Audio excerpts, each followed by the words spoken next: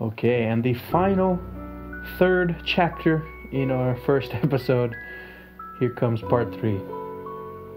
So this is exactly what I say with my friend when we argue.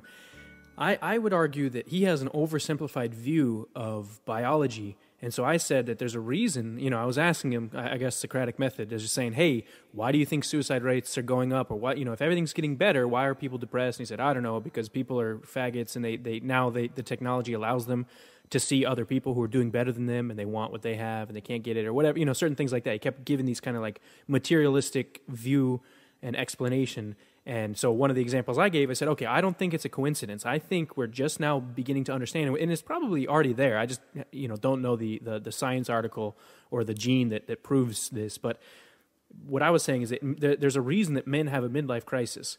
And a lot of men, we focus on the macro and we start to analyze and think like, fuck, what have I done with my life? What have I contributed? And again, I think it's very easily explained because of evolution. Again, the analogy of a bee stinging and dying itself, but it's greater for the community. Same thing. I think men, we evolved to have this desire to help society. Or let's not get into the East versus West thing. So when I say this, I just mean like our people. So something that is definitely the case is that midlife crisis thing. And he argued and he said no.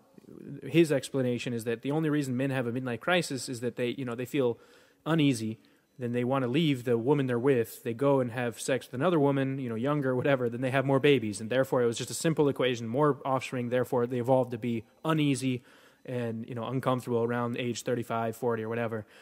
I need to look into the science of this, but I guess to bring it back to the why fight thing, I agree with you 100%. And I think we need to stand up. And I don't want to do this. I mean, I'm loving these conversations. It's great. I am fascinated by this. It's a hobby as well. But part of why I'm doing this is I feel an obligation. I have to. I'm abroad. I can say whatever I want. Dox me. I don't give a shit. It really doesn't matter. Fuck, So I feel obligated that somebody has got to kind of help, So I'm with you. And I think we need to encourage more people to stand up to kind of 100% agree. But how would you convince, again, my friend, people like him who are red-pilled on egalitarianism? They say, hey, nobody's equal. He says the same shit. NPCs, people are dumb. They're animals, whatever. But I think he's just so conditioned, or maybe I'm brainwashed because of my alt-right echo chamber. I don't know. But he's so conditioned by this individualist thing, and I don't know if it's the Achilles heel of white people. I don't know if it's inherent. I don't know if it's culture. I'm curious on your opinion. Like, basically, I think he doesn't give a fuck about the community, and he understands that his genetics made him who he is and all this, but he thinks the only reason that I argue about you got to, for your people, and that's all brainwashing according to him. What would you say to those people about, like you and I, we agree. So why are you motivated by that? And also, do you have any science or anything else that you could kind of support that claim that you and I think that there's, to lead a good life in the Republic? I agree. There's a book I just started about, I think it's called The Guide to the Good Life, actually. It's like a Stoic summary by someone else. It's a recent book, and he said the same thing, that it's a philosophy of life. And that's what the old Stoics and the old philosophers used to focus on. But now philosophy is just like historical, and it's just recapping that so-and-so believed this, and da-da-da. And it's not about like building up how you want to live your life and what makes you happy. So in that sense of what makes you happy, do you have any other supporting evidence for that? And also, what would you say to people who are more like just hyper individualists and just don't give a fuck about their community and their people and what happens after they die? Well, I would say first you should turn to Nietzsche and his amor fati, embrace fate. Doesn't matter what happens after you die. You're still going to think the same way about your life. You really will. What was the quality of my life, and how well can I think of myself? That being said, I think I should detour for a moment. You're always asking me to mention specific songs or albums. So I am going to here. I'm going to say, let's think about Graveland, created by a hybrid Italian-Polish man and some collaborators, Robert Fudali, otherwise known as Rob Darkin. And they put out an album called The Celtic Winter. And I think in it is the answer. And you can find it many other places as well. And it's interesting it comes in art and not science. I'm not really a big fan of science in most cases. I think sometimes it reveals some truths. But in general, it's reductionism. It's look at the material detail, this part leads to this other thing, and then we draw this ludicrously broad conclusion based on that. And I don't actually think that works. I think that's That's wonderful for some things. If I want to figure out how to create a certain chemical, it's brilliant. If I want to figure out how to cure a disease, it may be brilliant. But maybe not, because as some people have pointed out, including one of my favorite authors, Michael Crichton, we may create our own diseases by how we behave and by our mental state. So it's a very complex world out there. But, turning back to Graveland, if you look at that, the Celtic Winter, it's both dark and playful. It's like romantic poetry. It's showing you this cold, foreboding, desolate terrain in which there is infinite possibility within the human spirit. And I will say this, unless your spirit is called by that, and I think it's the core of the West, it's the core of who we are, it's dead to you. You don't have the circuits. And one thing you may consider about your friend that's a possibility, he's a deleterious mutation. He doesn't have this. Another thing is that he has it in spades, and he is simply deeply, deeply hurt. And he is taking his revenge, and he's acting out his anger, much as Hitler did. Hitler embarked on a war he knew he couldn't win. He was so hurt and so pissed at the world that had created him.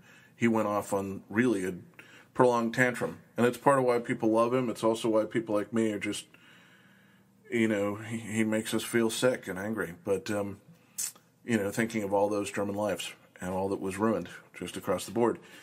But your friend may be, I'll cite a wonderful Jewish movie here. It's called War Games. It's from the early 1980s. There's a character in it named Dr. Falcon. And he basically says at one point, one of the other characters said to him, there's a nuclear war about to start for an erroneous reason. Why aren't you acting to stop it? And Dr. Falcon basically says, no, it's time. Humanity turned out badly. We need to reset the clock and let nature try again. It's just like exterminating the dinosaurs, just like their extinction. Humanity needs to be extincted. Launch now. Really haven't been listening, have you? Yes, I have. I loved it when you knew Las Vegas. Suitably biblical ending to the place, don't you think? You gonna call him up and tell him what Joshua's doing? Now, children, come on over here. I'm going to tell you a bedtime story. Are you sitting comfortably? Then I'll begin. Once upon a time, there lived a magnificent race of animals. Dominated the world through age after age. They ran, and they swam, and they fought, and they flew. Until suddenly, quite recently, they disappeared. Nature just gave up and started again. We weren't even apes then. We were just these smart little rodents hiding in the rocks. And when we go, nature will start again. With the bees, probably. Nature knows when to give up, David. I'm not giving up. If Joshua tricks them into launching an attack, it'll be your fault. My fault? The whole point was to find a way to practice nuclear war without destroying ourselves. To get the computers to learn from mistakes we couldn't afford to make. Except that I never could get Joshua to learn the most important lesson. What's that? Futility. That there's a time when you should just give up. What kind of a lesson is that? Did you ever play tic-tac-toe? Yeah, of course. But you don't anymore. No. Why? Because it's a boring game. It's always a tie. Exactly. There's no way to win. The game itself is pointless. But back at the war room, they believe you can win a nuclear war. But there can be acceptable losses. So you gave up? Decided to play dead? For security reasons, they graciously arranged my death. Did you know that no land animal with a body weight of over 50 pounds survived that age? Extinction is part of the natural order. Well, shit! If we're extinguished, there's nothing natural about that. It's just stupid. Oh, it's all right. I've planned ahead. We're just 3 miles from a primary target. A millisecond of brilliant light, and we're vaporized. Much more fortunate than the millions who'll wander sightless through the smoldering aftermath. We'll be spared the horror of survival. I'm only 17 years old. I'm not ready to die yet. You won't make a simple phone call? If the real Joshua was still alive, your Joshua, you'd do it, wouldn't you? Look, we might gain a few years, perhaps time enough for you to have a son and watch him die. But humanity planning its own destruction, that a phone call won't stop. This is unreal. You don't care about death because you're already dead. I know a lot about you. I know you weren't always like this. What was the last thing you cared about? And I understand. There is, in all of our hearts, we're going to hit that rock bottom where you do just want to end it all. You know, blow up the world, the final silence. I don't give a damn. Go ahead and end it all. Stop the world. Final silence. Stop the world. I don't give a damn. Just take refuge from the blue sky. What is blood was dead? Just a place left behind. No police for the war. Go ahead and end it all. Stop the world. Final silence. Stop the world. I don't give a damn.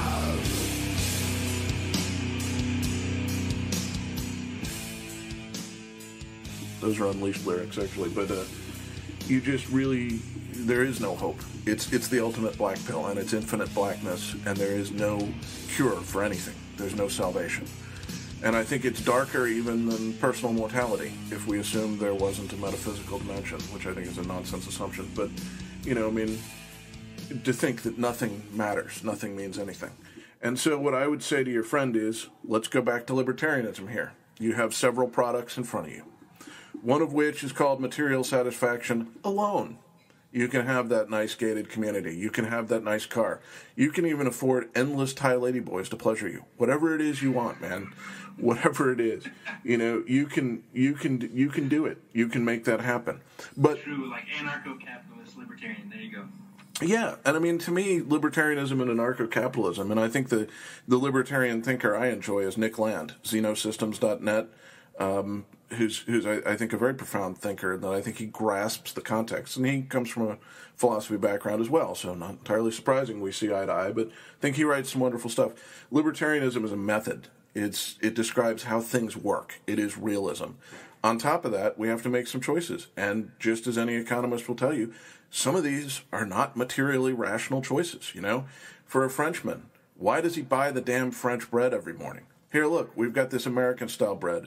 It's cheaper, it's easier, you can make more sandwiches with it. Why are you buying the goddamn French bread? Answer, because he loves being French.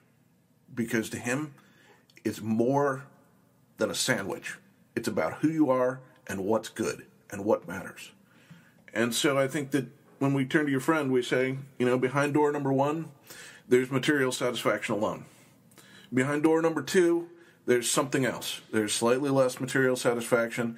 You're not going to get the BMW. You're not going to get the Thai lady boys. But every night, when you go to sleep, when you sleep and dreams, they're metaphorical, right? Dreams might be something like what an afterlife would be like, and sleep is somewhat like what dying is like. When you're getting ready to go into that night, what do you tell yourself about what you've done? What kind of a man are you? Did you stand up for something beautiful, something you could believe in, something that nurtures people, something that makes you feel like you're given more than you took, or didn't you? And let me tell you, if you've got that gene that enables you to tell the difference, you're not going to want door number 1.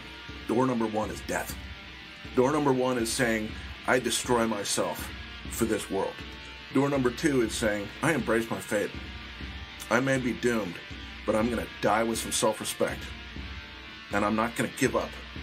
I'm going to do not what's right in the simplistic Christian sense. I'm going to do what's beautiful and good, because that's who I am.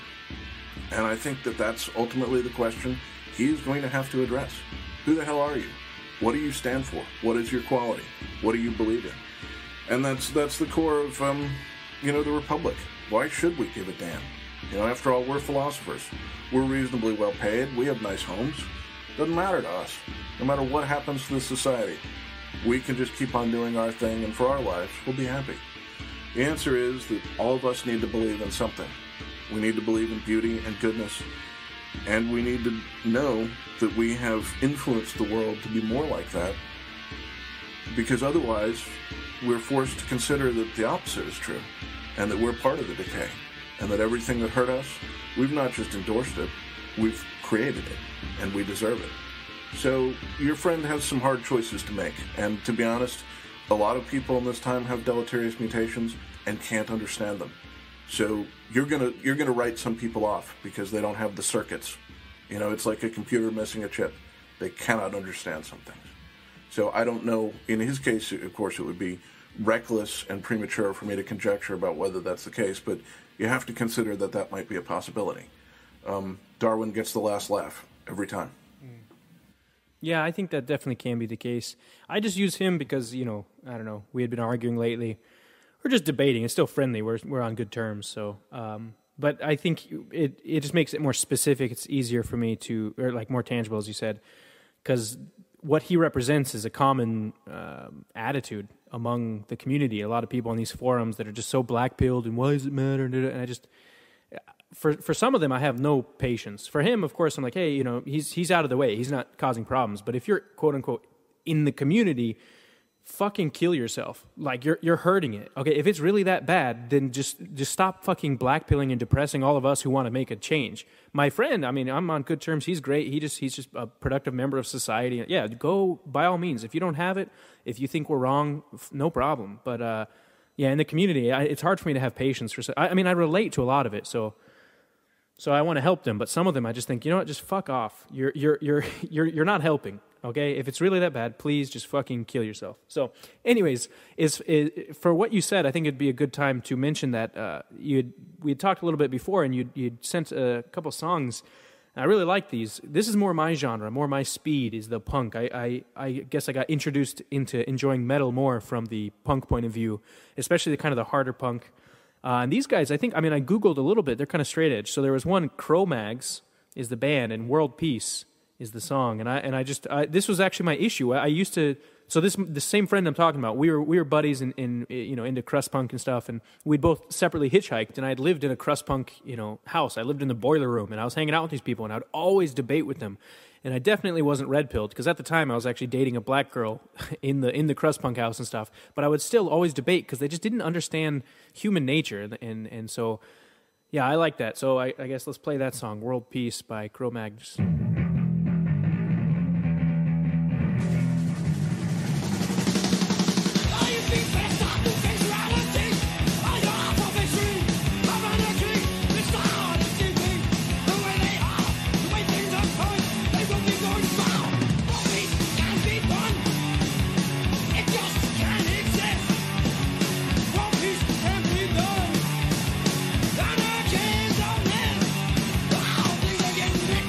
Talking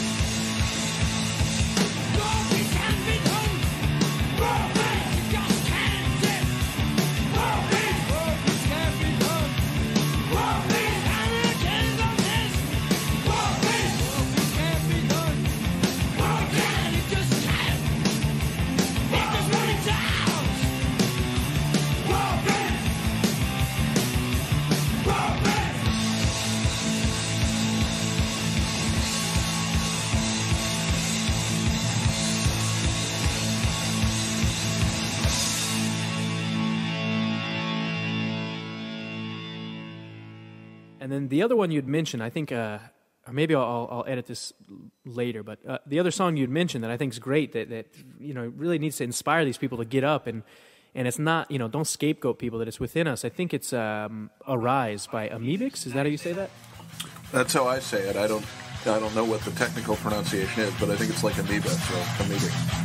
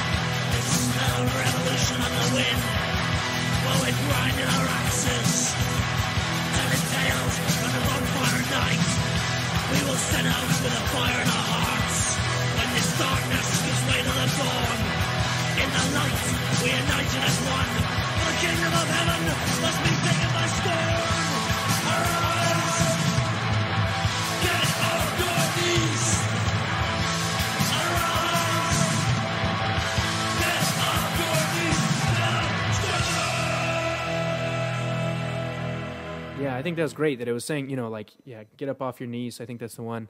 I guess we should try to wind things down, which I know is probably not possible, but let me move on to the other questions. I'm loving this. I appreciate you doing this. And it's very rare to meet someone who's philosophical. A lot of my friends growing up, like my best friend, he's actually a philosophy professor.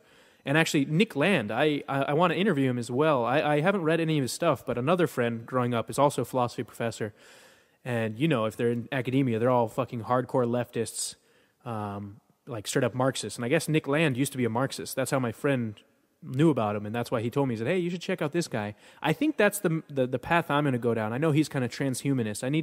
I don't know much about it, but to me that seems like the kind of the answers I'm looking for. So are there any other songs you suggest, or any songs that come to mind that you would say have a red-pilled interpretation or right-leaning, ultra-right interpretation?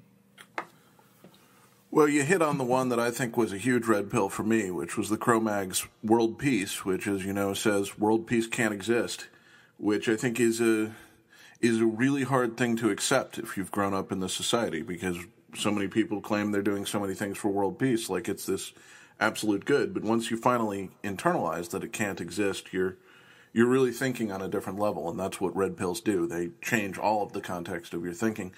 But I would add, there's a few. I mean, I would say off the first Burzum album, I've always been a big fan of My Journey to the Stars, which is mostly instrumental.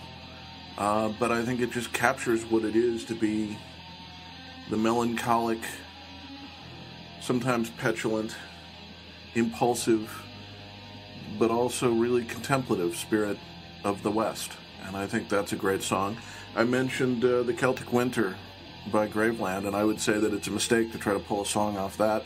Probably much like the first Burzum album. I mean, you're just going to want to listen to the whole thing. These were, albums for metal bands tend to be snapshots of where they are at a certain point in time, because metal is purchased by the album. I mean, you don't really sell it by the single. And, there's a dividing line between the underground and above ground. You mentioned the Black Dahlia Murder. Well, they're sort of a metalcore commercial interpretation of what death metal was. And so they're geared more toward your Pantera-style audience that is more about, beer and football than taking over the West, executing the bad, and putting the good on the throne, or whatever we'd say black metal's about. I'd also say you might want to listen to some early Enslaved, because they capture sort of that naturalistic feeling that really you can't have in a city or a suburb anymore. Just the sense of walking out into the woods and seeing this incredibly complex, hierarchical, tiered ecosystem, this organic or arising just from the conditions of life itself, order that pervades everything. And I think there's a great sense of that as well. And, if you're going to do that, I really would follow it up with Beethoven's Sixth, done by a competent Indo-European conductor, because they interpret these pieces. That's the Pastoral Symphony. And it gives you really a sense of, I think, what people find fulfilling about the countryside in its interpretation of the spirit.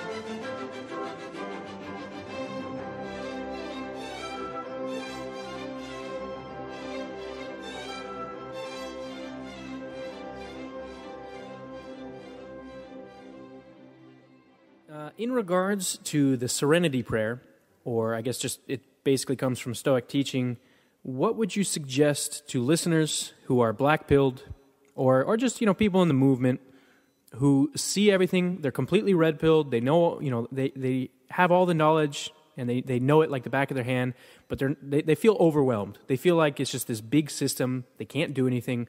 What would you suggest of things that they should just forget and say, okay, this is out of my control, this is inevitable, and what things they should focus their energy and time towards changing to try to either reverse this, to accelerate this, to, whatever your prescription is. Dr. Brett, what would you prescribe? Well, I would say that instead of the Serenity Prayer, I'd try some traditional American wisdom, one day at a time. You are at the foot of a giant mountain, and it's falling down, but you're trying to make something else out of it. And so you are going to do that one stone at a time.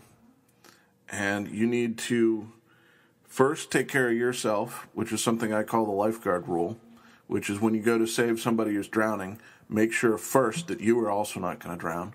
And second, you're just going to make a list and start doing what's necessary to make this mountain change. Maybe the whole thing doesn't need to fall down. Maybe just some parts need to be rearranged. It's something like that. We won't know till we get closer. But the fact is, find a way to get some balance in your personal life, be happy about things, and then start doing the things that are necessary. And you mentioned accelerationism, which is, basically make everything worse so that it is forced to get better. And I think there's definitely some truth to that. Barack Obama was the proof. We elected a black socialist. He behaved exactly as the Klan said a black socialist would. And everyone went, well, I guess that's answered, And sometimes accelerationism is the right thing. But in general, I would say slow and steady wins the race, and positive, creative, constructive acts always draw people together into a movement of a cultural movement, really not a political movement, but a cultural movement toward wanting to improve things by being aware that there is a better option. And I would say that if we who are red-pilled and don't want to be black-pilled are thinking about one thing, it's that we need to offer people a tangible, better option than what they have now. They do not want, especially after the 20th century, to go follow somebody who's got some grand vision that may or may not be real, because we know that most of those end in giant heaps of bodies and failure. What they will follow, and I think this is where why a lot of people have come in from the libertarian angle, is if we can show them a better way of life and say, well, we know it's going to be this way because we have examples, historical or in the small, like this one small community did this and it worked out fine. But I think, we need to show people that what's going on now is bad, that it's moribund, meaning it's eventually going to kill us all, and that we do have options. We're not helpless. And so it requires us to be fairly positive, but also to be extremely realistic and say, we can't be like Hitler and posit a system called National Socialism and assume that it will work despite all the historical data suggesting to us that it's going to fail. That's blind idealism, really ideological blindness, we might call it, and that will not end well. What we can do is say, well, here's some established principles of economics, here's some established principles of management, of leadership, here's some historical examples of society, here's some contrast between different communities, and we can see what works. For example, do you want to live in the all-white 2,000-person town or the mixed-race 2-million-person town? Let's look at these hard decisions, and once we visualize them, because most people have trouble visualizing most things, especially from abstract data, but once we visualize them, we can see what these choices are, and we can see what would be better. And so, we're all struggling against the vast black pill that is this time. Everything good gets destroyed. Everyone smart gets killed. Everything finer, wiser, more contemplative, with more detail, more precise, all of that just gets rolled right over by the crowd that's looking for the latest rap album, the cheapest cheeseburger, the newest donut, or something like communism that just makes them have good feelings and they can all buzz together and be like, isn't it great? We're all finally going to be equal. Everything will be great. I just can't wait. You know, I mean, we're living in a time of robots and zombies that destroy everything good because human herds, like all herds, are prone to stampedes and they will just crush everything good and then self-destruct. You know, I mean, I often analogize to a red tide or a yeast bloom, where one organism gets so successful that it reproduces out of control and then exterminates itself and everything around it. You're like, well, flawless victory. You know, but when you're in this time, in this black-pilled time, you have to remember that you are going to get up every morning, put your damn pants on, and go to work. It's like any other damn job. You are going to make things happen from details upward, keeping in mind the overall vision, but just, you know, one day at a time. It's not going to happen in a day. And it's also not all going to fall or fail in one day. But you're going to have to get in there and represent every day, make things change toward the vision that you see. And, you know, part of that is taking care of yourself. You know, remember to eat, remember to sleep, spend time reading things, you know, enjoy Wash your music. penis. Yes, definitely. That is, you know, the number one. Some of these dudes, I wonder, but... Since Coach Peterson has taught me how to clean my penis, my dick stank hasn't got me kicked out of a single strip club. It's not about scoring points, but rather going home and individually washing your penis. No matter how dirty their penises are, they never abandon their post. They never abandon their team. So, typically, I think one thing that everybody on the spectrum, right-leaning, regardless of where they land, sees problems with the government, like the entire government, modern culture, academia, the entertainment industry, international banking, Federal Reserve, all of these. What are some things, like, if you were like the god, the supreme overlord, you know, Kim Jong-un, what would you do to fix this? And then also, talking about one day at a time, what would you do practically that you can do tomorrow, today, to slowly pick away at these institutions and make them better? That's an interesting dual question. First, the day-to-day. I would say get involved in the right, both on the underground right, which is what the alt-right is, and if you can, the public right. You know, join your local Republican Party or equivalent and start pushing it further to the right. Become familiar with the literature. Become familiar with the ideas. Talk to normal people and offer subversion of leftist ideas and gentle suggestions of what rightist ideas may be as appropriate as you can. You know, not everyone's open to this stuff, and you don't want to just make them feel bad. But if someone is open, you want to sort of keep pushing us toward having a cultural consensus about what we do want instead of just continuing to die under this society. So that's your every brick at a time, or every day at a time, one brick at a time, whatever the combination be. But you know, how to fix these things. I think we already get thrown off base by the question, because a lot of these things we're not going to fix. We're going to destroy them, or even better, cut off their supply of nutrition, and they will then naturally die. I am with the libertarians in that I am not a huge fan of government. I am an anarcho-monarchist to some degree, which is that I think once you have an aristocracy and a caste system in place, that basically regulates everything else, and you don't need government in there trying to save people from themselves. 90%, 95%, something like that, of what government does is not just unnecessary, but destructive. We don't need public schooling. We don't need government loans and grants. We don't need government involved in health care. You know, people need real heat from government. They want roads, they want firemen, they want policemen, and they want a military. And those are the tangibles that they need. And everything else, really, government should be out of. And that's why an anarcho-monarchist would say, yeah, set up your monarchy, they're your leaders. They'll take care of the roads, they'll make sure there's local people who can handle firefighting or whatever. And beyond that, we're just going to not deal with it. And I think libertarianism, especially the Nick Land variety of sort of extreme ANCAP, makes sense in that you're just like, yeah, you know, everything government touches, it screws up. It's better to have private services for everything. And if that means that, you know, you get hit by a car and an ambulance shows up and you have to swipe your credit card before it takes you away, in the long term, that will be more efficient than what's required to get the free, quote-unquote, free government ambulance there. So it's, as far as how to fix government and a lot of these institutions, my answer is just cut off the tax flow and let them die, because we don't need them, and what they're doing is actually working against what's good. We have to have some things in place of some of them, and I think when I talk about the alt-right and the idea of an aristocracy, culture rule, a caste system, positive reward system, and some sense of purpose, we're looking at roughly what we need, and the rest can be done informally. If a road needs to be built, probably there's somebody with some money who'd be willing to do it, either to have it named after him or just for the sake of doing something nice for the people around him. I think that good people tend to want to do good things for other people, especially other good people. And so there's no shortage of charity and instinct toward doing good. So there's ways that this can be handled without, the government model, which is we tax everybody, we throw all this money into bureaucratic institutions, which waste most of it, and then we force everyone to conform to our social engineering ideal. And so we're working ultimately to undo that and to replace it with something that's much less formal, much less expensive, and much less controlling.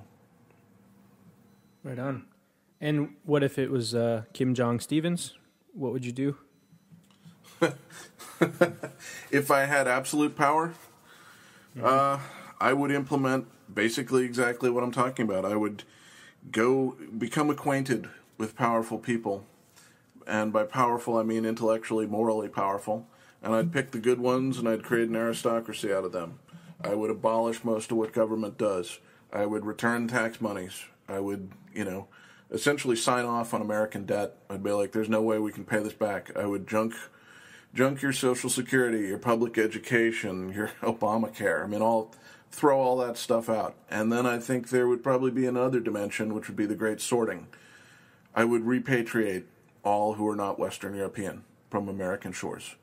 I would go through the remaining people, and the useless and criminal would have to go. And my preference is always to deport people rather than execute them. I think executions are messy and expensive and horrible. And I think I would have a lot of boats to Venezuela full of American leftists, American criminals, perverts, people who are just fundamentally useless. I've known, there's the classic case of the guy in the office. He does everything that's told, that he's told to do. He follows the letter of the law. In theory, he's a good citizen. He goes to his job. He pays his taxes. He buys sandwiches. Gosh, this guy's totally normal. But at the same time, he's a complete non-contributor. He will do only what he's told.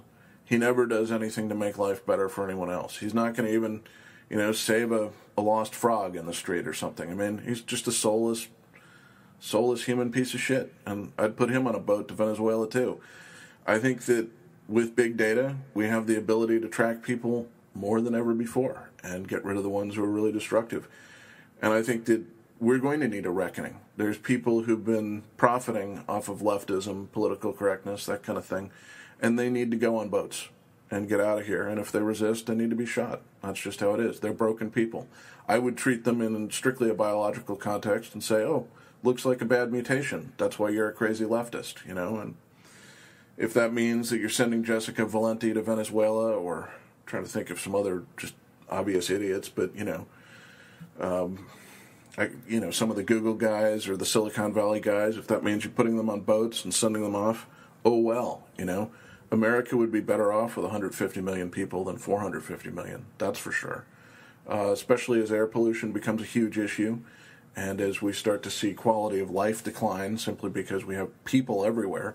Returning 2/3 of this continent to its natural state seems like a really good idea, and you can't do that with 450 million people and 10 million Mexicans a day showing up. It's just impossible. So that's what I would do, and it sounds, ultra-fascist, but at the same time, I think that's what you have to do to make humanity survive, and that's the bottom line. I'm a realist. One of the things that I like that actually Greg Johnson says is, so people, if you start to talk like this, not even about that. Of course, I'm asking you a crazy hypothetical about, okay, if you're supreme leader, but okay, what you said before about just repatriation, I think that's a very practical, reasonable answer and solution. And a lot of times you say this, and the black pillars will say, that's not practical, and we can't do that, and because they vote, and they have more babies, and blah, blah, blah. And they have some good points, but I like two responses that I've heard. And one is from Greg Johnson, and he said that basically, and again, you kind of have to hide your power level. Like maybe I threw you under the bus by asking that silly question, but basically, you start with the repatriation, and then when they start to riot and revolt, then you have a reason. If you're in the institutions, once you gain control, once you have power, then you can start to do a Stalin-style purge, whatever, and you have a reason, and the public will be behind you saying, "Whoa, look at all these people! They're protesting, they're freaking out." I think it's more reasonable.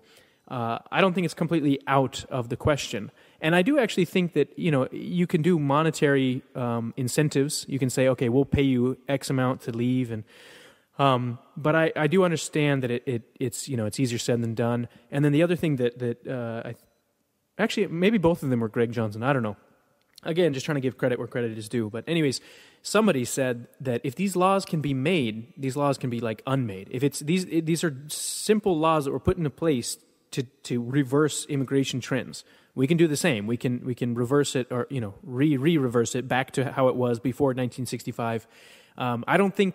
I think there's just this notion that it's completely beyond control, and it is tough. It is a big mountain. Maybe I'm young and naive, but I don't think it's that crazy. I think it's very, very plausible.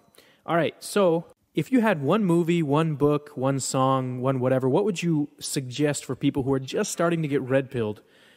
Something to kind of inform them and give them an extra push in the right direction. Oh, well, that's easy. I'd say they should go watch Apocalypse Now, and they should read The Republic. If you're looking for contemporary literature, I highly recommend Michel Houellebecq, who is a French writer, and that's Houellebecq with an H. Houellebecq, I believe. It's impossible for English speakers to spell, and you have my sympathies. But I'd like to return, actually, to your previous point. I am going to differ with you. I think your questions here have been excellent. I think they're a bit boxy because there's so much ground to cover, and I don't really have a solution for you there. I mean, sometimes you have to ask what seems like a softball question, but it's really like, well, what the hell is the context we're dealing with here? So you were talking about history, essentially. Can history change? Can all of this evil be defeated? And can we get to a place of sanity again? And notice I didn't say get back. We're going to something new. It's going to have elements of the past, but we're not trying to, go back to 1600 AD or something.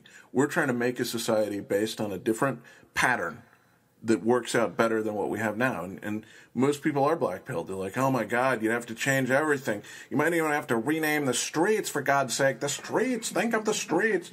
But I would say there's a couple things. And it's interesting you mentioned Greg Johnson. I enjoy a lot of his writing, and I read his site, and I think he's got John Morgan there as editor, who is a wonderful guy. We did an interview with him on America years ago, and he is just an erudite, thoughtful, wonderful person, and I think they produce great content.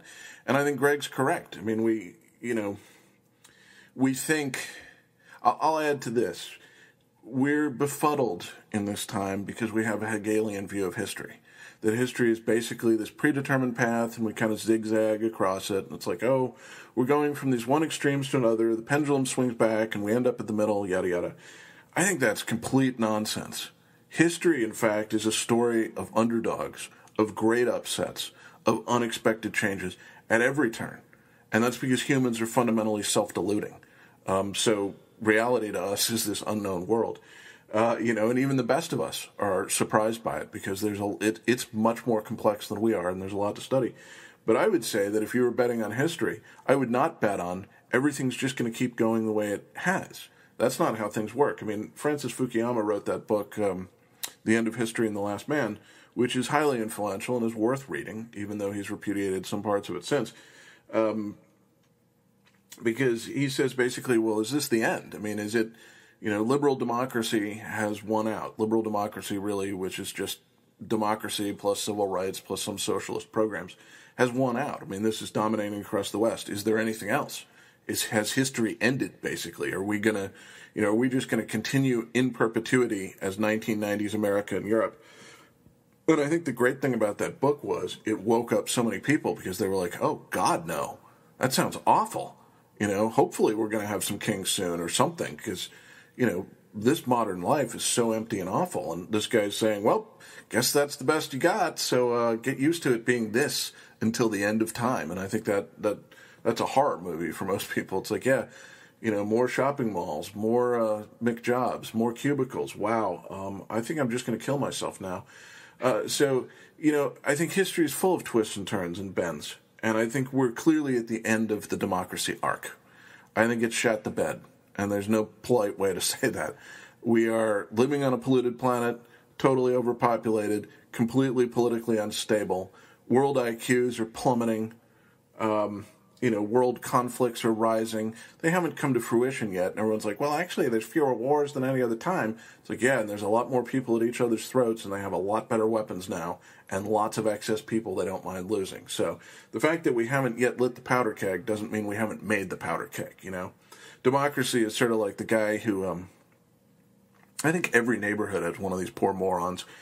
He's got a closet under his stairs, and he just keeps putting stuff in there. He puts kerosene in there. He puts the old fireworks. He puts a few 100 pounds of ammunition. He puts the flammable paint. He puts the road flares. He just keeps stacking flammable stuff in this understair cabinet. And then one day somebody walks by smoking a cigarette and his house explodes. And he's like, oh, it was that jerk with the cigarette. You're like, no. You set up a condition that was eventually going to manifest in a giant fire and explosion. It just took a spark.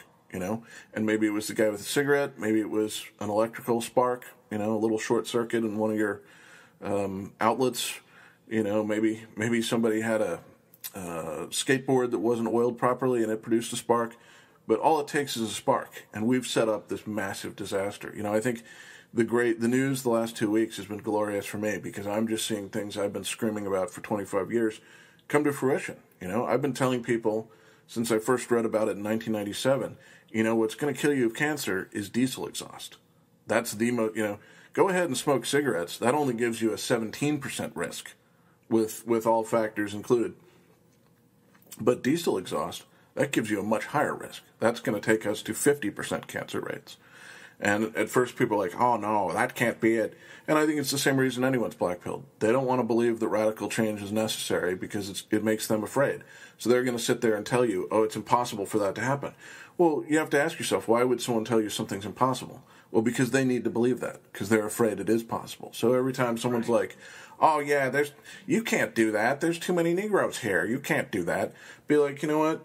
What you're telling me is you're afraid that I can do it, which is telling me that you think it's likely that I'm going to do it. You're saying, oh, don't do that. It's going to destabilize my life too much, and I'm a good hamster. I pay taxes. There's this tremendous pushback from people like that who are just terrified of what's coming, because they know that everything that they know is going out the window because it's run everything to the toilet. But that change is inevitable. The amount of air pollution we've created, the amount of water pollution we've created, even beyond the fact that most of us are just sickened by this and we hate humanity because we've done this. We know that we're bastards. We're killers. We're pig fuckers for having done this. We think the lowest of ourselves that we can because we've seen what we've done, and we're like, wow, we're not a good thing. I think a lot of people kind of agree with Dr. Falcon. They're like, yeah, launch those missiles, end this disaster. Humanity is just a horror. But even outside of that, we're realizing that now we've come to a point which 1970s and 60s sci-fi covered.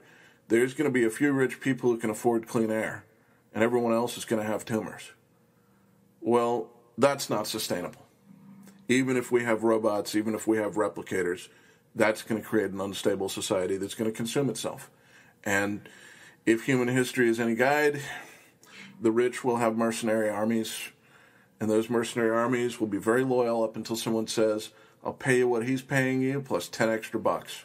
And then the mercenaries will be like, you know what? Screw these rich guys. I don't want to die of tumors. And they're going to murder them all.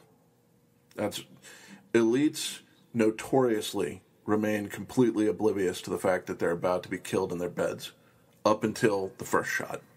And the hubris gets to them. They live in an echo chamber. And yes. I think they overestimate. I think one thing that's important to differentiate when we talk about the black pill, or when I do anyways, is that, like you say, it's an interesting spin. I guess it's a glass half full perception of Western civilization dying. So it's a white pill of the black pill, which I agree with. That if you are an accelerationist, if you are fatalistic about society having to collapse, that's perfectly fine. I think I'm there. I'm not 100% sure, but I'm okay with that, and I think that seems to be the case. That's not what I'm saying. I think the people who just only focus on that and view it as a glass half empty thing, and they say, well, society's just so bad, and it's just, please end it, and they LARP, and when is the next happening? The next nuke bomb gonna drop? Me. That I just can't stand that shit. But yeah, absolutely. If you just see it and you look at history, you go, hey, and that's a great thing. Now. The way things are going, the trajectory leads to great change. So that's awesome. And also, that's kind of, the world is a small world. It's interesting that both Nick Land and Greg Johnson, I was actually hoping, I haven't reached out to them at all, but I was hoping to have them on the podcast. So it's interesting that you'd mentioned both of them. And that leads me to one of the questions I want to ask, and one of the main goals of this podcast. So it's feels, it's white pills, it's all that shit. And also, unity. I think there's way too much purity spiraling, way too much infighting, and it's just bickering. And it makes sense. A lot of people say it was after the 2016 election. There was no common enemy, and then people started to, bicker over small things. So, I don't know. It's bound to happen. I watch a lot of those drama shows. I can't put up with it for too long, but, I don't want to judge anybody for infighting. I think there's something to be said about, what is it, I don't know the idiom, but it's basically, make your sword sharper by debating each other. I'm totally fine with that. I think in good faith, it's fine. But having said all that, is there anyone you would like to work with or squash the beef with? So Nick Land, have you worked with him before? Have you collaborated with him? Or? We wrote back and forth when I was still on Twitter before I was banned, and I think I've emailed him a few times. I just enjoy him. I think we understand a lot of similar things. Had a few little debates on Twitter, and they were very instructive. I've communicated with a lot of people over the years, just, writing to them. You mentioned Jared Taylor, Greg Johnson, John Morgan, some of those others. Bruce Carlton is another person I enjoy, and I enjoy his writing a lot, even though he's somewhat of a fanatical Christian, and I've always been more secular, I guess you could say. But he's got a very unique take on Christianity and on the nature of the soul, and on how we have to gain discipline in our souls in order to be worthy of the change that's coming. And I think that he's a wonderful thinker. I don't know if I really have a beef with anyone. I mean, I think I'm different than most in that I have ideological disagreements, but I'm from WASP culture, where we can have violent disagreements without taking it personally. And I realize that's not the case for most white cultures, and definitely different social classes. I mean, if you're hanging out with the WASPs in the South, you've had a nice dinner, it's time for cigars and cognac, you go off into the library, and you're all sitting on these sofas and smoking these big old cigars and drinking this delicious fluid, and you have a spirited debate. And it's expected that one measure of how much of a man you are is that you're able to disagree with people without having to hate them. You're going to make your point represented, but it's not about the people, it's about what's right. And I think most of humanity can't do that, which is one of the reasons why it's sort of an elite pleasure. But I would like to work with more people. I think there's a lot of good people out there. I think, speaking of Bruce Carlton, he called it. He predicted what was going to happen. He said, oh yeah, now that Hillary said this thing about the deplorables, there's going to be a lot of people in the alt-right who are doing it for the profit. And I would add my interpretation to that profit is not purely monetary. There's a lot of people who are doing it just so that they're important in some way. And to do that, they come up with, quote-unquote, unique opinions that allow them to stand out from the herd, so that they have some claim to having significance in their lives. And I think that is a huge problem, and the only solution to it is to always keep returning the debate to reality, to what we think can work, to what we agree on. And that focusing on what we agree on, I think filters out the people who are just trying to be precious snowflakes and be like, oh, well, I have my unique system. You're like, you know what? We don't really need unique systems. we know roughly what we need to do. We don't need communitarianism, for example. We know roughly what we need to do. We don't need a third way. We don't need some brand new, fascinating interpretation. We know roughly what we need to do. We need to see how to apply it. I mean, what is the alt-right? Well, I would say the alt-right is one idea solidly above all else. Genetics above everything else. You are your traits, you are your class, your caste, your race, your ethnicity, your region. Those things come before culture, politics, money, materialism, religion. You know, you are what you are. And we are, thus, the genetic remnants of Western civilization, which has had better days, let's be honest.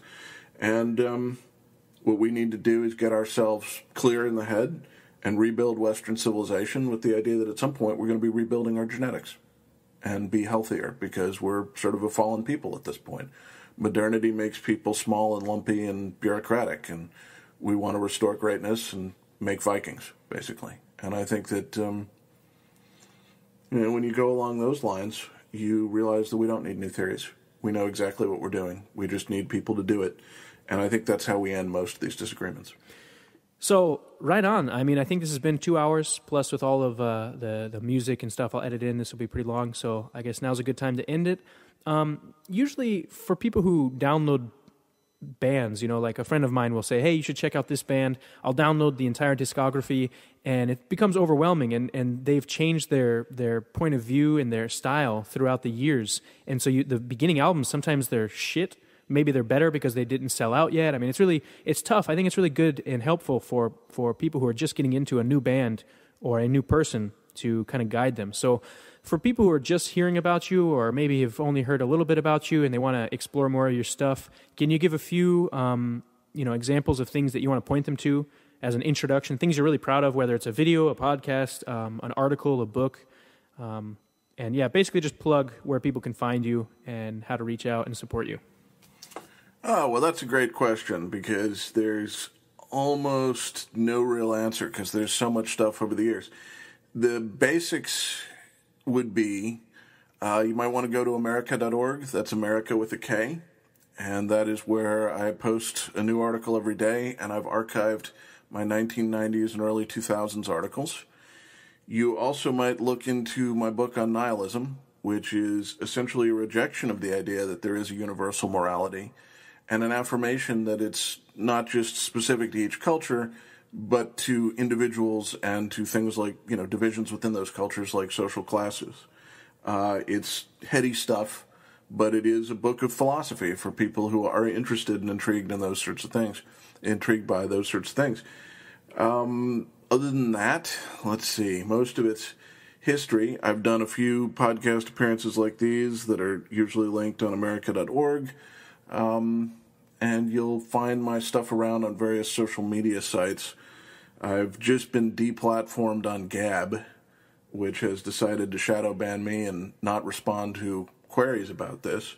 So I think that something is wrong there, and I will not be using that site in the future, but I believe I'm on Facebook, not on Twitter, because they've banned me. They shadow banned me and then banned me numerous times over the years, so I think I'm just going to let them do their thing. You can find me on minds.com and on a new service called Utters with a Z.com. But that's about it. If you're curious, you can always drop a line, Brett@americawithak.org. Do you have any other songs that you want to do as an outro? I know you listen to a lot of ambient. I had heard some of the songs. Those are pretty good. Or maybe some black metal or anything, even punk, inspirational, just to show us out. I do like the energy of punk, so I would almost say, if you can't throw in some more amoebics here, throw in some Discharge or Exploit It. Just something really rousing. Most people know Discharge for their song Free Speech, which is basically him just repeating free speech for the dumb over and over again. But it's a great riff, too, and it's really energetic and I think powerfully dark and yet hopeful music. And, of course, everyone knows the Exploited for their song Fuck the USA, which, I can't say we're entirely alienated from that here in the occupied South, but, they have a number of kind of rousing songs from the Death Before Dishonor album. So if you were thinking of throwing something like that in, that might be fun. Right on. All right, thank you so much for stopping by, and I'll talk to you soon.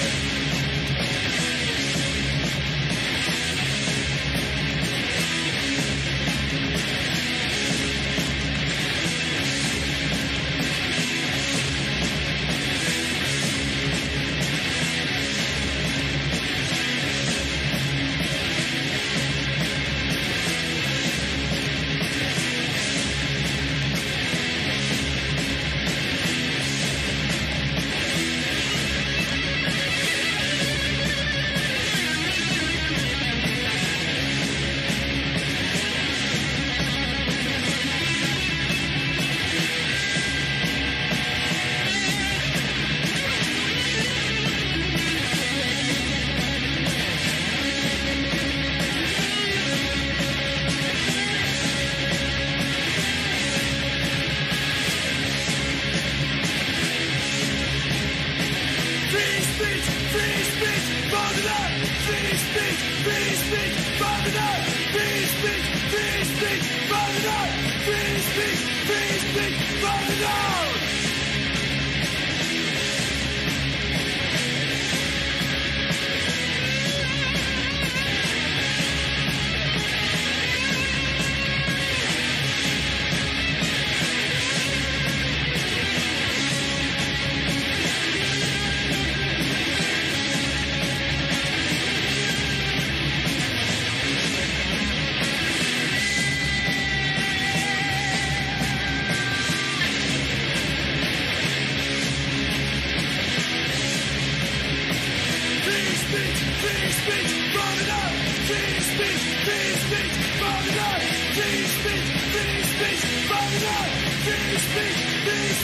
from the God.